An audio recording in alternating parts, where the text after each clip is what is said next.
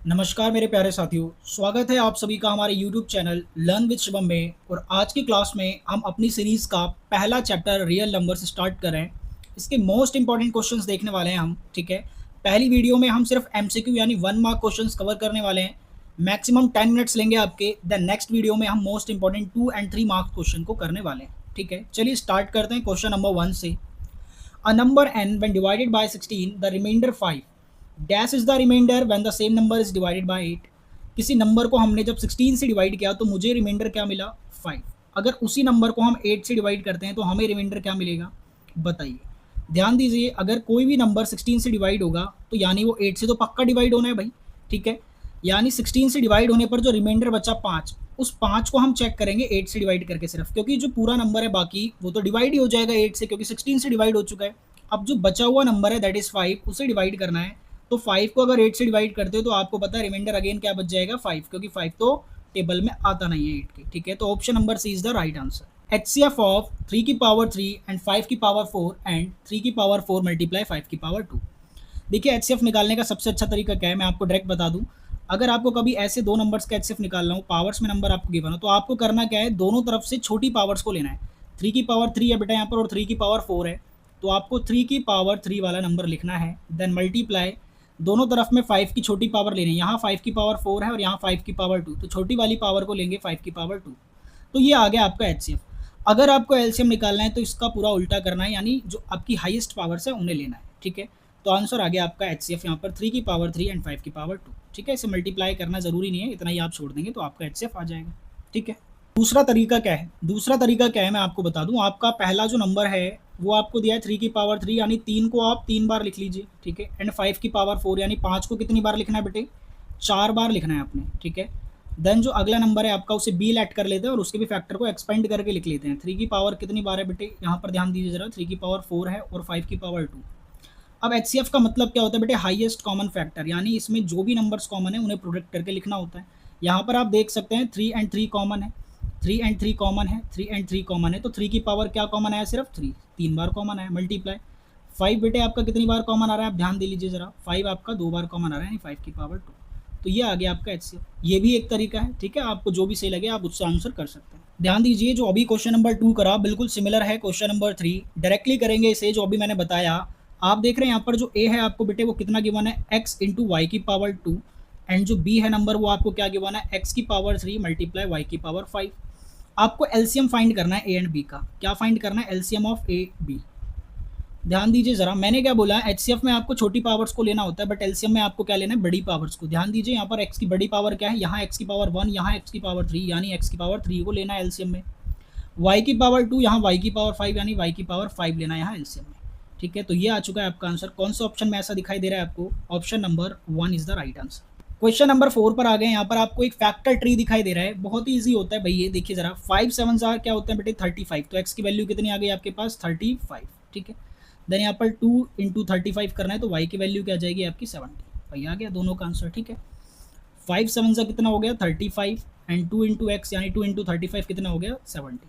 n is a natural number, then 25 to the power 2n minus 9 to the power 2n is always divisible by। एक ही 4 option है, कौन सा option सही होगा? ध्यान दीजिए बेटे, 25 की पावर क्या है? 2n, ठीक है। 2 का मल्टीपल है। 9 की पावर क्या है? 2n है। अब ये जो नंबर है ये किससे डिवाइड हो सकता है इन चारों दिए गए ऑप्शन में, ये बताना है आपको। देखिए जो आपको ऊपर नंबर दिखाई दे रहा है, मैं इसका एक फैक्टर ले लेता हूँ। जैसे 25 की पावर मैंने 2 ले लिया, माइनस 9 की पावर 2। बेटे इस नंबर को आप क्या लिख सकते हैं? ए स्क्वायर माइनस बी स्क्वायर की आइडेंटिटी लगा के आप इसे लिख सकते हैं ए प्लस बी मल्टीप्लाई में क्या लिख सकते हैं बेटे? ए माइनस बी, यानी 25 माइनस 9। आप देख रहे हैं 25 प्लस 9 कितना आ जाएगा आपका? 34। एंड 25 माइनस 9 क्या आ जाएगा? 16। यानी जो दिया गया नंबर है उसका एक फैक्टर है 34 और एक फैक्टर है 16, यानी आपका जो राइट आंसर है वो हो जाएगा ऑप्शन नंबर सी, 16 एंड 34। देखिए क्या गिवन है बेटे? आपको एक नंबर गिवन है पहला 2520, और जो दूसरा नंबर आपको गिवन है बेटे वो क्या गिवन है आपको? 6600। इन दोनों का आपको एलसीएम और एचसीएफ गिवन है बेटे। एचसीएफ आपको क्या दिया गया है इनका? 120, और एलसीएम आपको क्या दिया गया है बेटे? 252 के। जरा हमें ये पता है कि ए इंटू बी क्या होता है भाई? ए इंटू बी जो होता है वो क्या होता है बेटे? HCF into LCM, HCF into LCM. A की वैल्यू आप क्या पुट करोगे 2520 मल्टीप्लाई बी की वैल्यू क्या पुट करोगे 6600। एचसीएफ कितना है बेटे 120 और एलसीएम कितना है बेटे 252 के। ठीक है, अब ध्यान दो ज़रा, एक जीरो से एक जीरो कैंसिल आउट हो गया, 12 के टेबल से डायरेक्टली ये आपका कैंसिल आउट हो रहा है, 12 5 जा 60 एंड 12 5 जा 60, 55 बच रहा है, यानी जीरो भी साथ में। अब देखिए ज़रा यहाँ पर क्या आएगा 2520 मल्टीप्लाई 55 अपॉन में क्या आ जाएगा बच्चे, यहाँ पर 252 पूरा हम उधर से अपॉन में ले आए, बचा क्या इस साइड में ओनली के। अब इसे कैंसिल आउट करना है 252 को, देखिए 252 पूरा 252 से कट गया, बचा 1 और 0, 1 0 यानी 10 10 इंटू 55, आंसर क्या आ जाएगा 550। के की वैल्यू क्या आ गई बेटे आपके पास 550। ठीक है, काफ़ी इजी क्वेश्चन था लेकिन अच्छा क्वेश्चन था। Option number B is the right answer. The product of HCF and LCM of the smallest prime number and the smallest composite number. बेटे सबसे पहले तो आपको लिखना पड़ेगा कि स्मॉलेस्ट प्राइम नंबर क्या होता है। बेटे स्मॉलेस्ट प्राइम नंबर का मतलब है 2 और स्मॉलेस्ट कंपोजिट नंबर का मतलब है 4। अब 2 और 4 का आपको क्या निकालना है एचसीएफ एंड एलसीएम।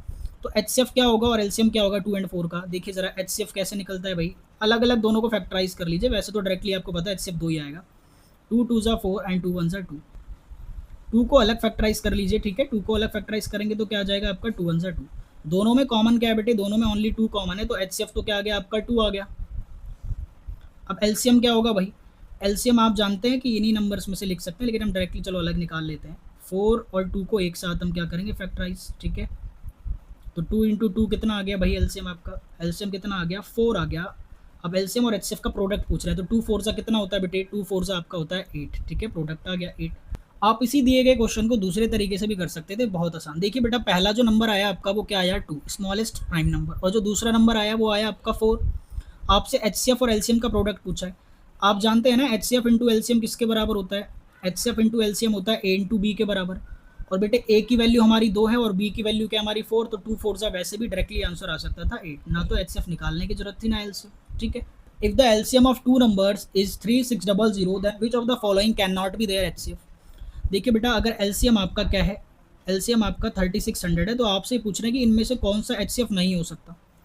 तो देखिए एचसीएफ जो है वो हमेशा क्या होगा, इनका फैक्टर होगा, ठीक है, मतलब 3600 जो आपको नंबर गिवन है उसका फैक्टर होगा कुछ ना कुछ, ठीक है।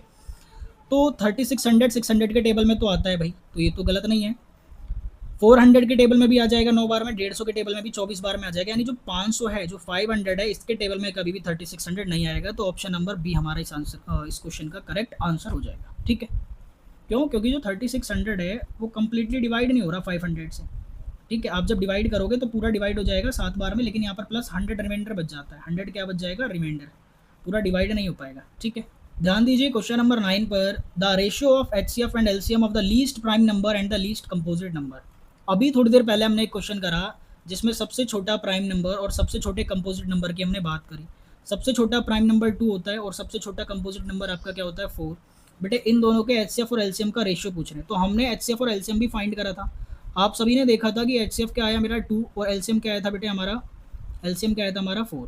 अब इनका रेशियो पूछ रहे हैं, ठीक है, तो आपका रेशियो क्या होगा भाई, एचसीएफ अपॉन एलसीएम निकाल दो, एचसीएफ अपॉन एलसीएम निकाल दो, एचसीएफ ऊपर और नीचे एलसीएम, कैंसिल आउट हुआ 2 1 जा 2, 2 2 जा 4, तो आंसर आ गया 1:2, आंसर आ गया 1:2। Option number A is the right answer. The greatest number which divides both 30 and 80 leaving remainder 2 and 3। अब ध्यान दीजिए आपको सबसे बड़ा नंबर चाहिए जो 30 को भी डिवाइड कर दे और 80 को भी डिवाइड कर दे, पर दोनों में रिमाइंडर क्या बचे, 30 में 2 और 80 में 3। ठीक है, ग्रेटेस्ट नंबर मतलब हाईएस्ट कॉमन फैक्टर, यानी एचसीएफ निकालना है। 30 में यहाँ पर क्या मिल रहा है, 30 में 2 रिमाइंडर मिल रहा है, यानी 30 - 2 जो ओरिजिनल नंबर है मेरा वो क्या है 28। इसी तरीके से 80 में हमें रिमाइंडर क्या मिल रहा है 3, तो 80 में से 3 माइनस करेंगे तो हमारा जो नंबर आ जाएगा बेटे क्या आ जाएगा 77। अब ये है पहला नंबर और ये है दूसरा नंबर, इन्हीं दोनों का आपको क्या निकालना है एचसीएफ। चलिए निकाल देते हैं दोनों का एचसीएफ। 28 को अगर आप फैक्टराइज करोगे तो क्या आ जाएगा, 2 टेबल में 14 टाइम्स में आएगा और 2 के टेबल में 7, देन 7 1 जा 7। इसी तरीके से 77 को भी आप फैक्टराइज कर लीजिए, 11 टाइम्स में जाएगा, देन 11 1। कॉमन आपको क्या दिखाई दे रहा है बेटे 7, तो एचसीएफ क्या आ गया आपका 7, क्या आ गया एचसीएफ 7।